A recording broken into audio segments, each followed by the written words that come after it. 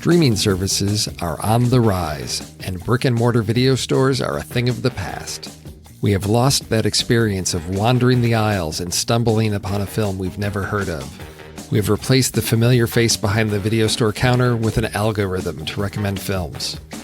With more and more content available, it's harder to know what's worth watching and what might be a waste of your time.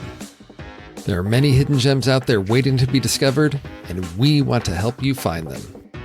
This is Trailer Rewind, a podcast where we discuss and review recently forgotten or overlooked films that are now available to stream at home.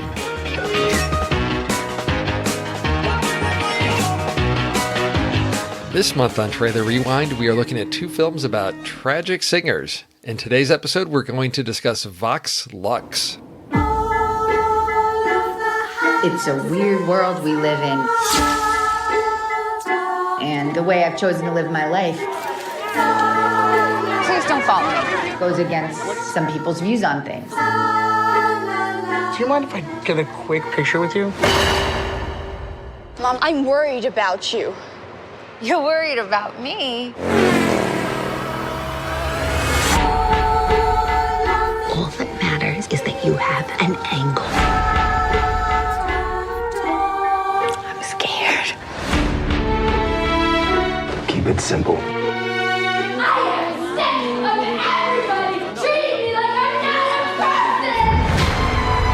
Today is March 13th, and Vox Lux is available on Hulu.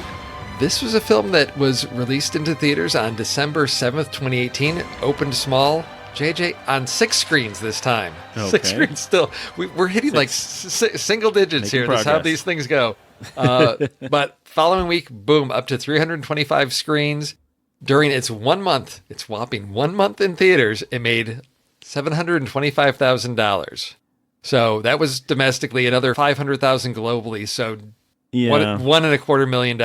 And I think its ad budget was probably over $1 million because yes. I remember it being promoted as definitely the kind of film that would open on more than 6 screens. Oh, you know what I mean? You've got Natalie Portman and Jude Right? Law. Executive yes. producer. Oh, yes. So, Natalie Portman. Executive producer Sia. Yes. Executive producer Jude Law. This is Yes. their movie. They put it out there. And it was in theaters for a month. And then March 5th, 2019, disc and digital. There it goes. So, Yeah. yes, I think definitely a disappointment in the box office. Let's talk about, was it a disappointment for you? Yes. It was. Okay. I mean, I don't want to be political about it, but I would say that, I'm talking about that ad budget, and I was excited about seeing it. Wow, it's such a different movie. It's not really even a movie. It's kind of like a poem. Okay. It's just, yes. It's, and we're going to get into so much when we get into Right. the show and talk about the way that it was executed and all this stuff, but it's really different. It was marketed as a very straightforward film. It didn't allude to the fact that it's going to be executed in a way that's different than anything you've ever seen before. And there's very few movies that I've seen that even kind of try to do things the way this movie is done. So for anything, I would talk about, and in general, I wasn't super happy with the execution. And I love all those people that we just mentioned that are in this movie, first of all. So I definitely believed that I was going to see this in the theater. I didn't for whatever reason. And watching it now, I'm kind of glad that I didn't, because it's definitely not what it was advertised to be. Well, I did see it in theaters. I went and saw it. Oh, you did? Oh, wow. Yeah, my brother and I saw it in the theater. There was one, maybe 2 other people in the theater when we saw it. And yes, I think a lot of people may have been thinking this was, this is another type of A Star is Born story, but with Natalie Portman and this, dynamic pop singer and all of this. And in the trailer, you see she and Jude Law and anxiety and all these things and what's going on. And yes, this is one of those, I feel like they were challenged with how to market this film, because if you tip your hand about what this film is really trying to do, people are not going to want to show up for it. And so I think word of mouth got around that this was a bad movie because it was the promise one thing, delivering something else. Right. And even if it had been promoted as what it was, I think the audience that is going to be drawn to this movie still may struggle with it, because when I got out of it, my brother and I talked about it. So we didn't have a strong sense. We're like, I'm not sure what this movie was trying to do or say. And that's the biggest struggle. And some people, big time. That is exactly where the movie fails. If you enjoy like a puzzle box kind of movie, trying to piece together things, this might be your thing. If you don't want to grapple with a movie, this is not going to be for you. That's pretty much what I can say about this one. However, there are moments that work for me really, really well. And when it's working, there are parts that are really powerful. And there are other parts where I just don't know where there was a disconnect between concept and execution or why things may have played out the way they did. But yeah, this was one of these, I want to love this movie so much more than I can. I feel like it deserves more, but it continually sort of defeats itself. Now, on a second viewing, I did gain some insights, and we can talk about those on the show. But again, that I wouldn't wish a second view. I'm not going to say, watch it, be disappointed, and then force yourself to watch it a second time. I'm not going to wish that on anybody, unless you have lots of time on your hands or you're just one of these people that want to really embrace a challenge. And don't watch the movie for a story about music. No. And don't watch the movie for a story about even, we're putting it in our tragic singers category, but that's not really what it's about. Right. I think the best case scenario for a movie like this is like Requiem for a Dream. Oh, okay. Where it's meant to be something that's extremely artful and something that challenges you the way you think about certain things that you may experience but not know a whole lot about. Unfortunately, it's really not up to the caliber of Requiem for a Dream. So it's kind of reaching for those things in an art house way. And like you said, there are some really interesting moments. But for you as an audience member to enjoy this movie, you have to be able to appreciate those moments and let the things that kind of are a little bit weaker in execution, just let them go. And that's why it's going to end up much lower on my ratings because of that, because it just doesn't execute in the way that I would hope for it. So how low did it end up on your list then? Pretty low. Okay. It comes in at 200 out of 228. Okay. And that's just below The Dark Tower, which, it wasn't a great movie either. And just above Oz the Great and Powerful. And it's, when I talk about stars with it, I again, this whole thing of I love everyone that's in this movie. I wanted to like it so much. I kept trying to pull for it, but it ends up like a 1.5 for me because of that. The big point that you mentioned of if you're really trying to connect with this movie emotionally, it's going to be very difficult to figure out what emotion you're leaning towards. Yeah. And that's something that's always difficult for me in a movie. How was it for you? Well, like I said, I think it benefited from a second viewing. Good. So it ended up right there with Wild Rose in my flick chart. It was, they're both in this weird place of they make it above the top half and then they just kept getting knocked down because for whatever reason, I can't remember what it was at my midpoint, but it's just something that is one of these movies that just didn't have some clarity to it. And I thought both these films know what they want to be. And I had a stronger sense of that. And I said, well, then it's better than that. Yeah. But so they ended up like right next to each other. So actually I ended up with Vox Lux slightly above Wild Rose. Okay. Because I'm giving it 3.5 stars. I'm giving it an extra half star for its ambitiousness and its opening. And because when it's really strong, it's really, really strong. And so, but I will tell everybody to take that with a grain of salt, because if you just say, oh, Steve says it's 3.5 stars. Oh, no. And that's, you just. And also, if you haven't seen this movie and based on this, you go and watch it, and then you listen to this back and you hear Steve say, I gave it more credit because of the opening. Yes. I want to hear from you directly. Please write us. Come to our Discord channel and tell us what you think of the opening when Steve says that that's what made him like this movie more. Because once we get to the spoiler section here, we're going to talk about that darn thing for sure. So in terms of the communities out there, Letterboxd, it's a 3.21, so lower than Wild Rose was. But and it had 25,000 reviews. So over twice as many. It was definitely more visible as a film. So that more visible, more mainstream in its marketing than Wild Rose was. Right. Yeah. So, but over at Flickchart, 126 people have ranked it about 2,000 times, but 2 people have it in their top 20. I wonder if those 2 people also have High Life in their top 20.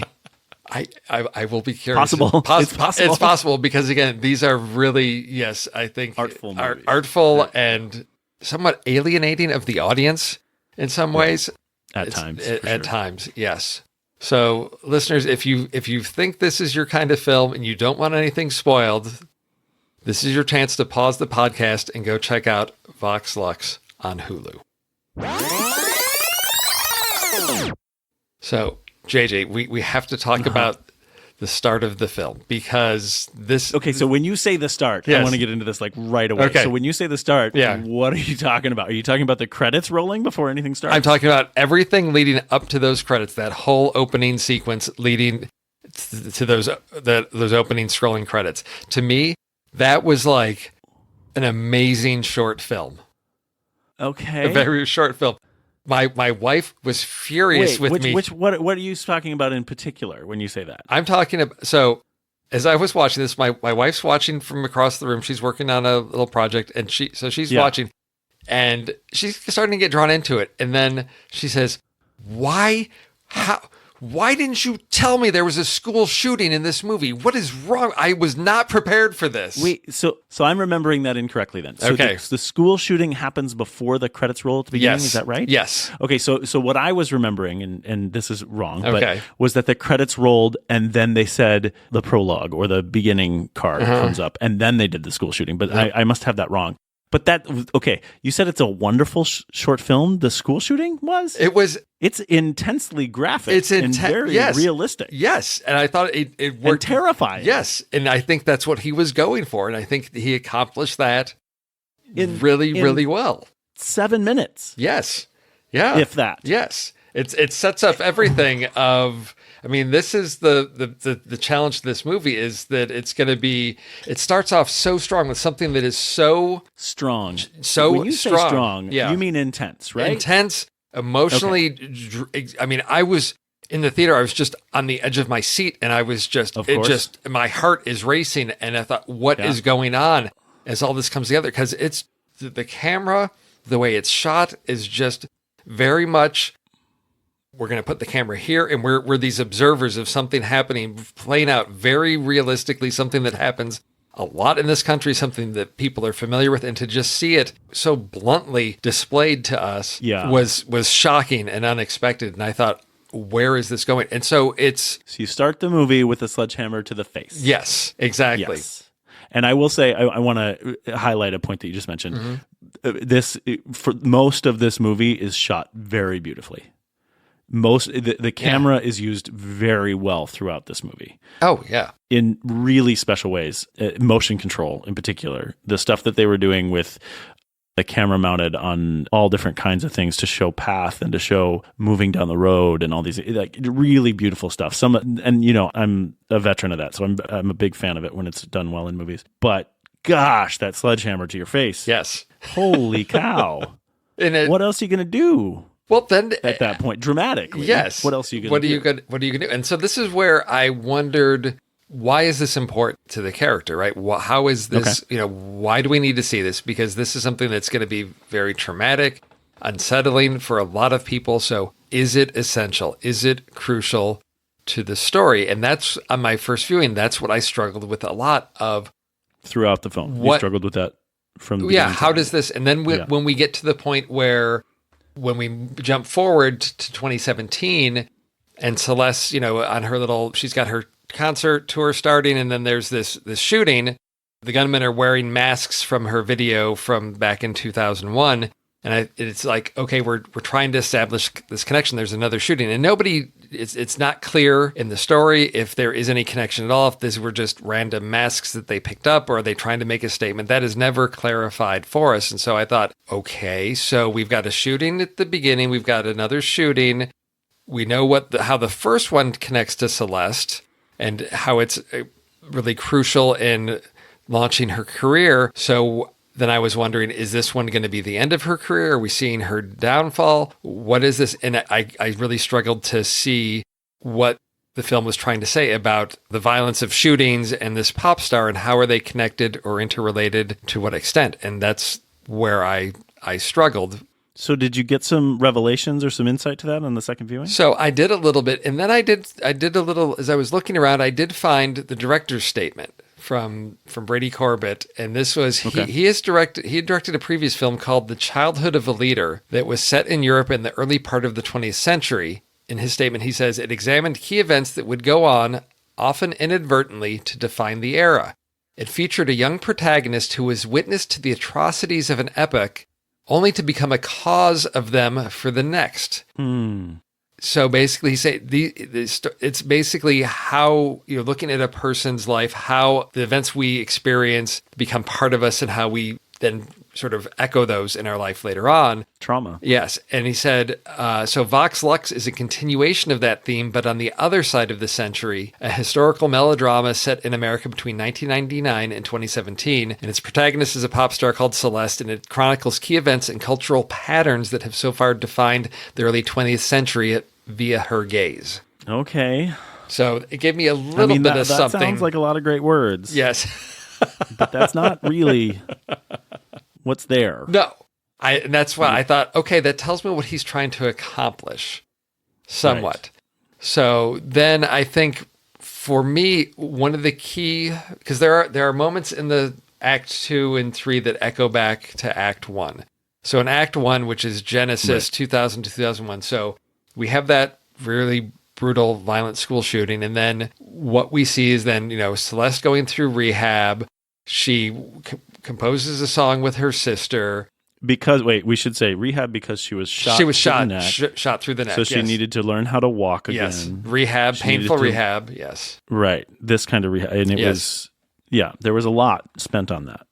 So then there's a memorial service for the victims of the shooting, and she sings this song at that memorial, and our Willem Dafoe narrator, which is another device. Love his voice. Love his voice. I don't know if he was necessary, what that function was, but tells us that song, she changed lyrics from I to we, and the country sort of identified with this, and it launches her career. Basically, Jude Law, is her agent, manager, and works with her. She does this whole first album. That's really Act 1 is young Celeste and going from this one song to basically working her way through into getting into the industry. So Celeste is so confusing to me. Okay. Because I don't know.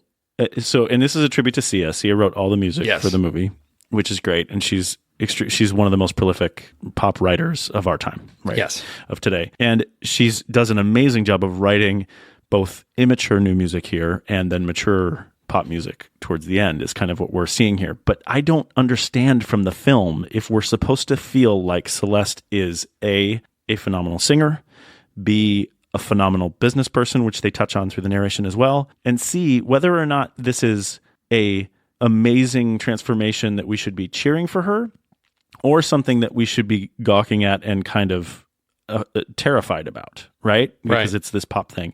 And I think that when you read to me the director's statement that you talked about, I feel like he had a specific thing that he wanted to convey. But I was confused whether or not she is a product of the system is a product of her. It was very confusing to me whether or not I'm feeling sorry for her or I'm cheering for her throughout. Is that the point? Well, for me, on the second viewing, there was a scene that really stood out. Once I know the whole arc of everything and what's coming and what holes I felt still needed to be filled in, as I watched the second time, a scene that really stood out as this, oh my gosh, so many pieces pivot on this scene. And it is when it's young Celeste and they're back. She's going to be shooting her video. She's at a concert and she meets this guitarist singer from the band or whatever, and they're spending time together. And it's just the two of them like laying down next to each other and they're talking about music. And it starts off where she says that he plays the type of music that the boy who attacked her listened to. You make the same sort of music the boy who attacked me used to listen to. Does that remind you of him?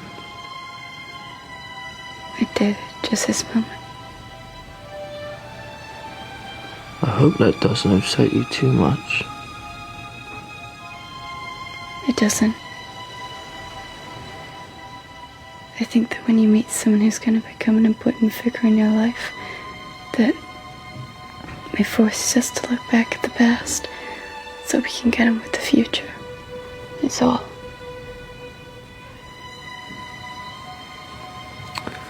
In my defense, maybe it was the thing that pushed that kid over the edge.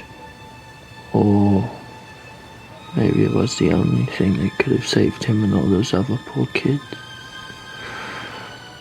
Anyhow, I'm glad I'm already important to you.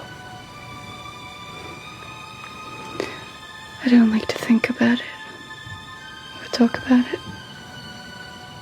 Why would you? I mean, what is there to talk about? That's what I love about pop music. I don't want people to have to think too hard. I just want them to feel good. And it's that final line of, I don't want people to have to think too hard. I just want them to feel good. When I heard that this second time, I thought, this is Celeste escaping the pain from what she survived and all of that. And then jumping forward, I think it's basically this commentary on we as a society embrace these things as a distraction despite all of the horrors that go on around us. So we have this other shooting again, and she decides she's going to still go on with her concert. And everybody's going to be there, and they're going to have a good time, and this horrible thing has happened, but we need to forget about it and just feel good. And to me, that's what I think. Is she the protagonist? Celeste? Who's the protagonist in this movie? Yes, she is. Okay. So that's what she's terrible. That's what I've pieced together. So she's terrible throughout, yes, isn't she? Yes. Yes. Oh, yes, she is. And that comes in later, I think, to get into true spoiler territory if we're going to talk about the end. So we have Act 2, Regenesis, which we sort of catch up. It's a lot of catching up with Celeste as far as what she's become. Because I think what I see as Celeste in Act 1 is this young kid who's going to school but seems to be smart, talented. As she's working through this whole thing with her agent, she seems like she's got a good head on her shoulders. She seems like a bright kid that has a clear picture of what she wants.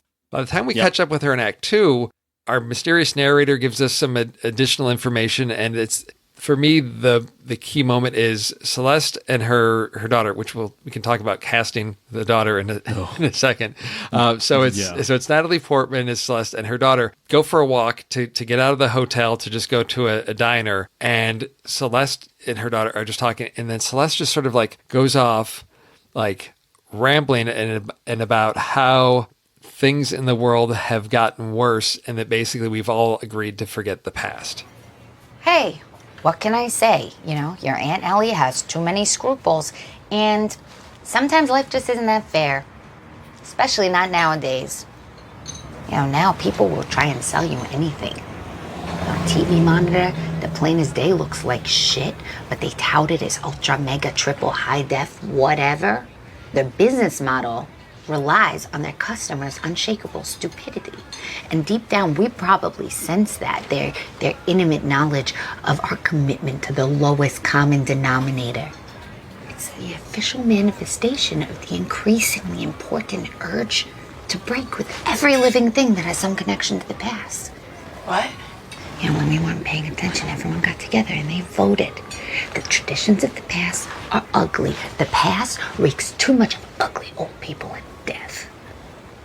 So Mom's gotta stay fresh. Okay. You know, I'm pretty sure that every year my videos keep getting worse and worse, but they're doing better and better. They showed me this perfume thing we shot last year where I'm unfurling from a digital rose petal like Thumbelina. And I thought it would ruin me, but here I am, opening for $30,000. Mom, what are you even talking about? I'm letting you in on a little secret because I love you, that's what. It doesn't matter anymore if you're Michelangelo or if you're Mike Canangelo from New Brighton. All that matters is that you have an angle. And Aunt Ellie never found her angle. And then she decided to go get jealous of my good fortune. She made her own choices. And let me tell you, she could never do what I do day in and day out. But luckily, she gets to go home to you every night, and she doesn't have any real-world responsibilities because I finance her entire life. Quiet. Don't tell me to be quiet. No, I don't mean it like that. Isn't that your song? Yeah, I'm sorry. I'll go ask them to turn it off.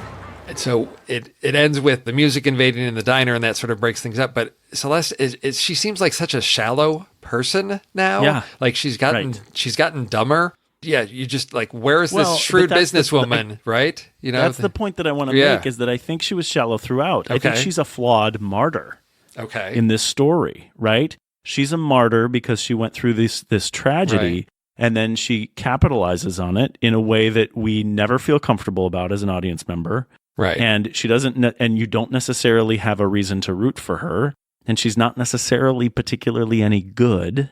And she's she's embracing a sleazy and terrifying and terrible industry. Yes. And so at no point, maybe the whole thing is a commentary about how crappy the music industry is. And I swear, I think we've done many movies about how terrible the music industry is. Yes. So maybe there's something in that. But the point is, I just don't, if she's a flawed martyr, I don't understand the protagonist. I don't understand the story arc. It's not, and I started off this before we started talking about spoilers, that I think this is a poem. I think this is the kind of art that's supposed to make you feel confused. And it succeeds at that. It just wasn't. That's not what I go to the movies for, unfortunately. No. So the other piece that stood out for me is, so at the end, we were sort of nearing the end of the concert footage. We get Willem Dafoe giving us some crucial information that's been missing for the whole story, which is that on the day she got shot, Celeste went into this dark space, or this place of color between light and darkness, and met the devil, and basically made a deal with the devil. She went to the crossroads, made a deal to come back. And what's interesting is I knew that was coming, but when it actually shows up in Act 1, right after the shooting happens and Celeste's in the hospital, there's a scene where she's there with her sister. They're on the bed, playing around with the keyboard, and the parents go to leave or something. And Celeste turns to her sister and says, "Oh my gosh, I think I've done a horrible thing." And then the scene ends. Oh. Yes. Yeah, she does say that. Yes, and you're really thinking, what's a horrible thing could she have done? And I'm realizing, she sold her soul. That's what she did. That's the horrible thing she did. Is she's realized, I think she's got some survivor guilt now of, okay, in this moment, I made a hasty decision, and so I don't know. Again, it's not clear to me. It's not like, it all clicks into place now. Story. It could be that story, but it doesn't come the through. Story of the crossroads, because then we get to her having her drug-addled binge with Jude Law, and some really totally uncomfortable, because we've lived this story with her as a little girl and how they're going through it, and she's a sloppy mess as she makes her way to the stage for her big Regenesis concert, and of course, once she gets to the stage, she's fine. So that maybe it is the story of unholy, unholy power. It could be, and that's the only thing I can think is, okay, her role is to be the distraction from all the evil that's creeping into the world. But again, it's not spelled out clearly, and the movie just sort of ends. And even as I break it down, sort of into the 3 acts. I mean, Act 3 is just a concert. There's no plot or character moments. There's nothing that I could get out of the feelings we're meant to feel during the concert. Right. She's lip syncing, which is appropriate. Right. I mean, for the genre of music, it's appropriate for the movie. She's the dance stuff. Right. But it never really connects, and the music is all pop music. Right. Unless you're deep in it, you might not have feelings with it, but it's not particularly renewing. It's not particularly redeeming. You don't feel. I had no idea what to feel in the entire 3rd act. Yes. I was completely lost. Yes, I was right there with you that first time. I love the soundtrack. I will listen to it over and over again. Sia has done. I mean, she's an amazing musician. I love these songs, and I'll put them on and I will listen to this stuff. But there's nothing to them, and so that's the thing. Is I that first time watching, I'm thinking, it's no elastic heart, right? It's no chandelier. Is there something in these lyrics that's telling me, is she sharing something? And it's just. It's just pop. It's, again, it comes back to, I don't want you to have to think, just want you to feel good. So I'm going to sing these songs. They're not about anything important. That's it. My babies, my angels. The message of the movie. Right. I get that. And it's consistent. These are all positive things about the movie. But in execution, as a viewer, it leaves you alone. Yes, it does. It leaves you in a cold, isolated, lonely place, not knowing how to feel about what you've just seen, other than... Right. Wow, there's horrible things. She's not a good... I mean, so many horrible things about Celeste. The drinking, that she's blind in one eye, the car accident. Behavior with her sister. Yes. I mean, I appreciate some of the smart things. I thought it was really I don't know, I don't want to say clever or whatever. It worked for me to cast the same actress that played young Celeste as Celeste's daughter. I liked that.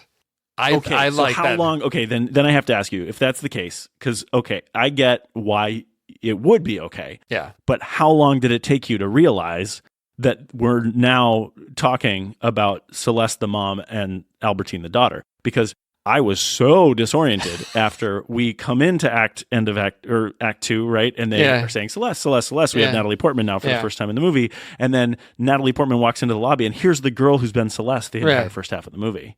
No, I didn't know what I was doing. I was like, wait, did I get that wrong? No. See, I caught it, and I know where the confusion comes from because it's the sister. Because the sister they didn't. Because yes, Eleanor the sister, looks the exact same. Stacey Martin, who plays Eleanor, Eleanor is in 2001, and 16 years later she doesn't age. She's like Paul Rudd, right? She just doesn't age. Still looks good, maybe a little bit older. Yeah, but to have young Celeste and then Celeste's daughter Albertine played by the same actress, for me it was. Again, perhaps that poetic, metaphoric side of like an echo of Celeste, or Celeste sees herself in her daughter and wants something different for her. Again, all these things that I'm putting on myself. There's nothing to indicate anything, any rationale, reason what they're trying to say by doing any of this, because it's like he's playing his cards so close, you have no clue, and there's not enough. It's just confusing. Yes. I mean, if I had 3 words to describe this movie, it was odd, it was tragic, and it was confusing, which none of I don't have a movie that I really like that has those 3 words attached to it. Individually, those 3 things do fine for me, but it's just, and again, I like everyone involved. It is high art. We talked about High Life, a number of shows ago. This is high art too. And there are 2 people that have it in their top 20. There are people that are going to appreciate the unsettledness that this movie is going to leave you with, but it is not the kind of movie that is a direct piece of art in any way. You have to do the work as an audience member to figure out what you want from this movie. And it just didn't work for me, unfortunately. No, I agree. And, I'm a big fan of Terrence Malick, and people that say like his movies make no sense and it's non-linear, whatever, and it's poetry and all that, and I agree, and I love it because to me, he knows how to do that, and he does it very artfully and very well, and he's a brilliant filmmaker. Brady Corbett, I think, bit off more than he could chew. He was trying to do some things, and again, he was reaching, and I will always favor that, saying, I'm glad you strove for something, and I see hints of it. To me, it wasn't pretentious. It was... He was striving to do something, and he just didn't have, again, it's that issue often I see with a writer director. I'm directing the script I wrote, so I know what is in my head as the writer. Right. And so as a director, it's so many of the pieces may have already, he thinks, are there, and we're just not seeing them. Well, and he's directed three features. Yes. In one short. But he's all over the industry. He's done lots of acting. Oh, yeah. Yeah. He was in 13. He was in Force Majeure. He's been in a lot of stuff. It's just as a director and as this piece, I'm glad he's taking risks. Like keep taking risks. This is great. But this one's a challenge. It's just a challenge. I don't know anybody that I can imagine. I would struggle for somebody to say, "Oh my gosh, this is a perfect movie. It works so well." There's clearly some people out there, but for me, there's just so many disconnects along the way where I just can't see where it comes up. So comparing this to Wild Rose. So we're wrapping this up on, the series. I always want to sort of look at the 2 of them together alongside of them. I understand why you put them in a category together. However, they both have issues. One is definitely one is definitely more mainstream appealing, is very safe film. Another one is taking all kinds of risks and fumbling all over the place. Yeah. But in both cases, I think we agree it's really about the character versus the music. In both of them, the music is there to add atmosphere, but it's really about the journey these 2 women take. And again, it's the mother-daughter, mother-family relationship. You've got one that has a strong sense of family that, Rose struggles with it, but they redeem it at the end. With Celeste, it's just, she's got walls up all around her. She's a mess. I can't say her daughter with her relationship is redeemed by the end. I think, it's just, we got a slice out of Celeste's life. And this is, I think the problem is with Wild Rose, we get a sense of where things may be for her down the road in a few years. Of like, we went on a journey with Rosalind, for sure. With this, we were more just looking through the window at what was happening to Celeste. Exactly, because this is the start of her tour. Will she be the same at the end of the tour? Probably. With the help of the devil. Yeah. Exactly. Exactly. So, and that's where as I said, with Wild Rose, I can get this sense of, even though we said it didn't happen on screen, there's a pivot to this character. She's learned something and she's growing, and there's some reward to that. With Celeste, we have a narrator that's having to tell us a lot of things about Celeste and what happens to her, because we're getting these fragmented pieces of a story. Here's 2001, and so here's what happened with her and her sister, and their personalities sort of diverged off in extremes in different directions. And right, the narrator is essential to the screenplay here. He's doing so much work. Kind of unfortunate, too. Exactly. But we have no sense of what's happened in those intervening 16 years between her first, we didn't even touch on that as the other tragedy that is around Celeste's life. The day she's shooting her first music video is like 9/11. Yes. Oh, they added that. Yes. Because she's like, there was that too, of just like, a woman who's cursed. Like tragedy porn. Yes. Unfortunately. Yes.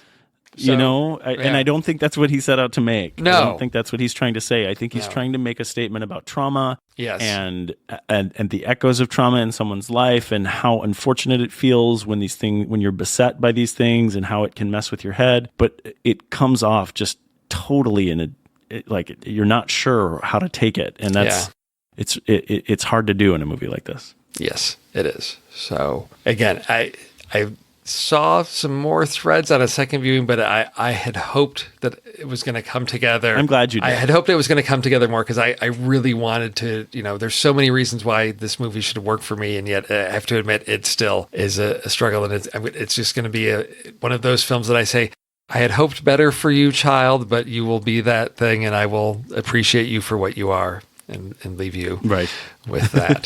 So that's a good way to say it. So that's our aspiring singers, tragic singers series, Wild Rose and Vox Lux, available on Hulu. So I think we've got one as a recommend and one as a not for everybody.